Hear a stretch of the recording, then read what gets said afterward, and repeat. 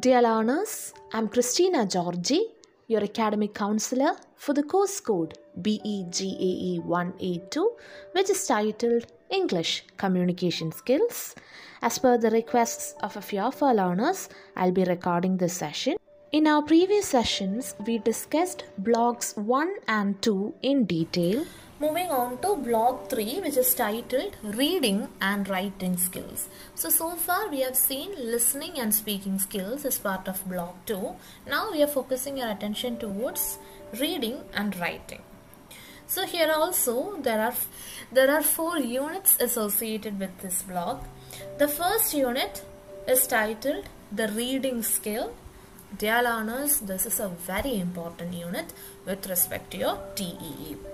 The next unit is titled Vocabulary Development. I've seen questions, short answer questions and also even essay questions from vocabulary development. So I would recommend you to study this unit. Unit 3, the writing skill, some basic guidelines is also very important. You can receive many theory based questions from this particular unit. Unit 4, language of formal letters. You know, I believe I don't have to explain this to you. There will be a question to write a formal letter for your TEE. And I haven't seen many theory questions from this particular unit so far. Nevertheless, let's be prepared. Okay. So moving on to Unit 1, the reading skills. So this is one such unit similar to Unit 1 of Block 1, where you have a lot of topics and there could be questions from any of those topics. Hence, make sure that you study this unit thoroughly, starting from the reasons of reading to the reading process and the strategies used by a good reader. All these topics are very important. Nevertheless, I would like to have your attention focused towards the reading process. That is, reading can be of 2 types, reading for meaning and reading aloud. Make sure that you study this. I've seen plenty of questions for the various TEEs. So if you look at page number 10, there is also the communication process mentioned, same as what we studied in Unit 1. And page number 11 gives you a diagram. Okay, this is an interesting aspect. Okay, area of shared assumptions, that is, communication happens the best when people of similar background or interests communicate. So this is the assumption, or rather this is the presupposition and communication figure that you see there. And apart from that, you need to also know the strategies of good readers, strategies used by good readers, right? Now comes the characteristics of reading, section 1.5. You all know, of course, this is important. You need to study this. Section 1.6, as I mentioned in my previous lecture, this is of immense importance in the sense this could even be an essay question for you. You never know what questions 2 to 4 would be. I've seen essay question being the last question, question number 4 in some of the previous TE question papers. So if they ask you an essay, the probability of there being a question regarding the levels of meaning is very high. I was saying, if there comes a 10-mark essay question, it could either be a question on levels of meaning, or what would be the other question? Let me see. If anybody from this class remembers, I told you in my last class. What could be the other probable essay question? I'll give you a clue. This question is from Block 1, specifically Block 1, Unit 3. Can somebody guess? Yes, one aspect regarding communication, not exactly non-verbal. The chances of there being a question on non-verbal communication as essay is very low. Communication process is important, but there wouldn't be an essay question. It would be a short answer question. We studied that for a communication to be successful, there shouldn't be any barriers. So there could be an essay question on barriers to communication. So please make sure that you study this. Alright? Yeah. So as part of the previous question paper, I've also seen that there are questions for short answers with respect to specific aspects within levels of meaning. That is, if you refer to the previous question paper that we discussed, there was this short question to explain the interpretive level of meaning. I hope you. Dear learners, there could also be short questions regarding faulty reading habits. So make sure that you learn subvocalization, finger pointing and regression in detail. Now, we'll move on to the next unit. The next unit is actually unit 2 of block 3 of BEGAE-182, which is titled English Communication Skills. But this unit is titled Vocabulary Development. We all know what vocabulary is. In Malayalam we say Pada Sambatha. So every one of you has an active vocabulary and a passive vocabulary. Active vocabulary would include all those words that you use very frequently. Passive vocabulary would include those words that you know about but you wouldn't be using that very frequently, mostly. Or those words you have heard about but you wouldn't be making use of those words very frequently. So as part of this unit, you need to know what is the difference between active and passive vocabulary, and you need to study the difference between content words and function words. Now I'll just give you an overview. Content words are those words that we stress in a sentence. It could be nouns, verbs, adjectives or adverbs.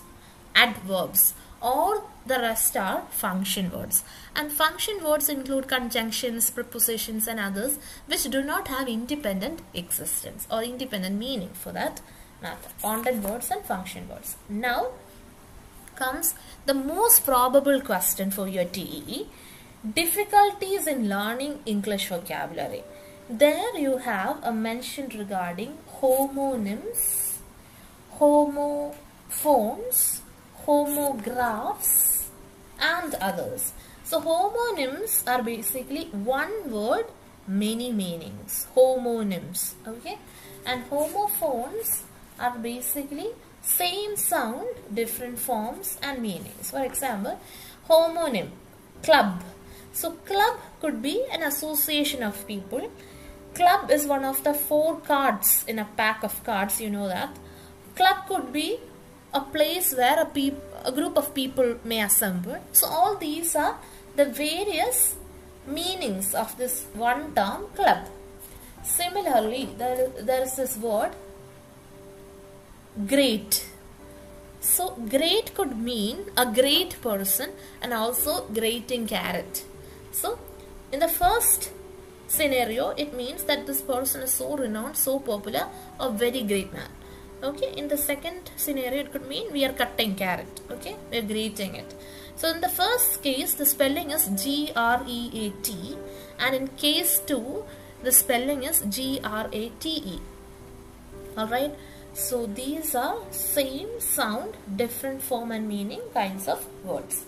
And there is this another one, homograph mentioned. So homograph is given as part of page number 28 towards the end. Okay, minute. Minute, this term could mean minutes of a clock and also minutes of a meeting. See, as part of meeting, you take minutes. That is the record of the important happenings in a meeting. So that is called minutes. So these homographs are words, same form, different sound and meaning. So this is something that you need to study. Apart from these, you have to study idioms. Idioms, once in a blue moon. It's basically an idiom that has the meaning occasionally. An apple of one eye. It is an idiom. Do you know the meaning? Maybe the dearest person. Do you know any other idioms? Maybe you can text me in the chat box. Okay, no problem. If you don't know much, it's okay. We'll proceed anyway. That is, there is also this hyponyms, word categories. This falls under page number 31. If you could look page number 31, there is this column given. Hyponyms for clothes include shorts, frock, anything that we wear. Hyponyms for trees include neem, banyan, gulmohar and others. Colors: blue, red, orange, crimson, sea green or whatever. Alright, so this is also something that you can remember. I've seen multiple questions, may that be for your assignments or for your TEE. I've seen questions from vocabulary building and vocabulary development. And this aspect of formal informal expressions, I'm very sure that you all know, and I'm very sure you'll do well. Regarding collocations, page number 31, the last line. I'm not sure whether you know what collocation is. Collocation means two words joining together. So here, this example of adjective plus noun is bright color, favorite color, etc. And similarly, preposition plus noun, in color, etc. So if they ask you what a collocation is, you need to give examples. That's all. It's not very tough. It's basically how you prepare for it. And I've made detailed lectures. Anybody interested may refer to that. Remember antonyms and synonyms too. Antonyms and synonyms. Which of these refer to opposites? Any idea? Is it synonym or antonym? Yes, correct. Synonyms would be similar meanings and antonyms would be opposite meaning. For example, the synonyms of angry could be irritated or annoyed. So these are similar words, not exact same. And the antonyms of hot could be cold, chilly, etc. Okay, that's very easy to study basically. Now comes yet another important question for your TEE, section 2.5, word building. Make sure that you study this. If you are lucky, you will see this question. Anybody from BEGE here? BEGE 172? We have studied this in detail. See, there we had other word building processes to study like conversion and others. So here as part of BEGE, we just have two. Affixation and compounding. So affixation, you know, it is actually how prefixes and suffixes are added to the root form of the verb, and compounding is the combination of two words, black plus board, blackboard, arm plus chair, armchair, likewise. Dear learners, these are the most important aspects to study from this particular unit. I made sure that I explained an overview of these aspects too, and I hope you were able to follow me. Now let's move on to the next unit, shall we?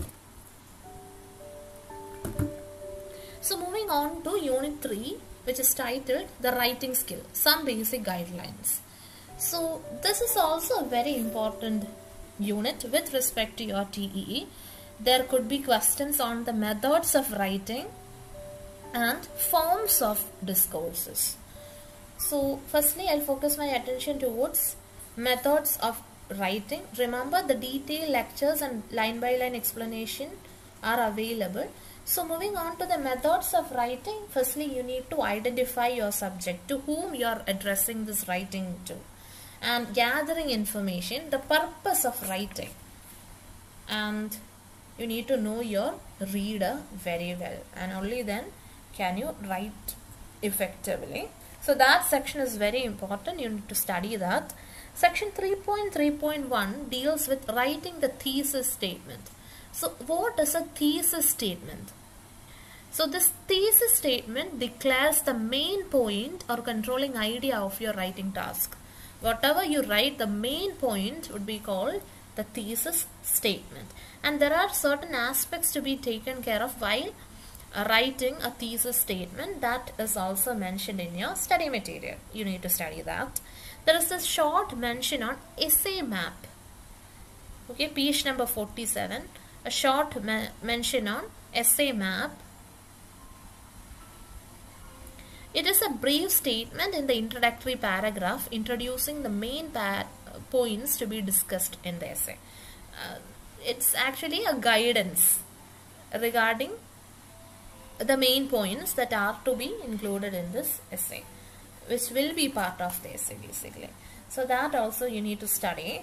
And there is another main aspect, topic sentence. Okay, So this comes on page number 48, second paragraph. What is a paragraph? That is also mentioned there. Remember, this is all about writing. Okay, rather than preparing for TEE, you need to have a general understanding. This could even help you write your exam to a slighter extent. And nevertheless, you don't have any projects to finish with respect to this course. You do have your assignments, remember that. Okay, topic sentence is also important, the first sentence basically. And there is this question on lingers. Page number 48, last line, lingers. See, earlier there used to be 2 mark questions for this paper. That is, for BEGAE-182, there used to be 2 mark questions. And when there were 2 mark questions, these used to be typical questions. Okay, but now, as per the previous question paper, you don't have 2 mark question. Nevertheless, be prepared so that even if they ask you, you'll be equipped. Okay. Now, section 3.4. I told you this is important. Forms of discourse. So you need to study this. There are basically 4 forms of discourses: expository discourse, narrative discourse, descriptive discourse, and argumentative discourse. Dear learners, I hope you remember I told you if there comes an essay question for 10 marks for your TEE, there are 2 probable questions. Firstly, from block 1, barriers to communication. Block 3, unit 1, levels of meaning with respect to reading. And from block 3, unit 3, forms of discourse. So these 3 are often repeated. May that be for any TEE. If you have a look at the previous papers, it would be any of these 3 essay questions. So forms of discourses, make sure that you study that and prepare for an essay. They could even ask you short question for the writing process. Within the writing process, you need to remember that firstly you will make a draft, you'll revise the draft, you'll refine it, you'll edit it, and finally you'll proofread the draft. So these are the important aspects to take care of with respect to unit 3 of block 3. So I suppose you had clarity. Now let me quickly mention unit 4, for there would be just 1 question most probably, that is to write a formal letter. I'm very sure you have been doing this since school, so most of you will be having an idea. Nevertheless, you have the format given in your study material. Page number 60, you can refer to that, and you can also refer to set phrases given in your study material. Already you have done your assignment, so I'm very sure that you have experience. And page number 67 also gives you a sample letter. To be on the safe side, I request you to have a general understanding on the theoretical aspects mentioned, like how you should avoid overused phrases or how to make your letters gender neutral. All such aspects, including impersonal and indirect style, such aspects are mentioned in your study material. I'm not emphasizing on it, or I'm not emphasizing on these aspects because so far I have not seen questions, but you never know. So if you are a serious learner who wishes to score high, you need to be aware of all such aspects. If you are that category of learner who wishes to pass no matter what, you don't need to. So it's up to you. I have tried to give you a detailed overview of all the units with respect to 3 blocks. I've been very honest with you, and I told you some units are more important than the others. Let me remind you that this is just my suggestion, being your academic counselor, but it is you who need to decide whether to take up the suggestion or to prepare on your own. It's totally your choice, and make sure that you prepare well. You need to start preparing now. It's high time for you to start preparing. This was just an overview. I'll share my detailed lectures with you. If interested, you may refer to that too. Nevertheless, make sure that you prepare well. This is a very easy paper. At times, students don't pass because they don't write the relevant points. Because mostly, with respect to many of the aspects mentioned in the study material, you would already know. But very often you might fail to write the important points. That reminds me, never write using bullet points, write descriptive answers. You have enough and more time and enough and more page numbers. Remember to refer to the previous question paper video. There I've emphasized everything that you need to take care of while you're writing the examination. Another information I'd like to convey is that towards the end of each and every unit in your study material, there are questions. Okay, it is advisable to refer to those questions, or else you need to refer to the previous papers, as many previous papers as possible, but you shouldn't be confused with the question pattern and types. For your TE preparation, it's always better to stick on to the most latest question paper. We have discussed that, December 2022 question paper. Alright, so I hope I made things clear to you. That's all for today. Thank you so much for joining me. Did you find the session useful?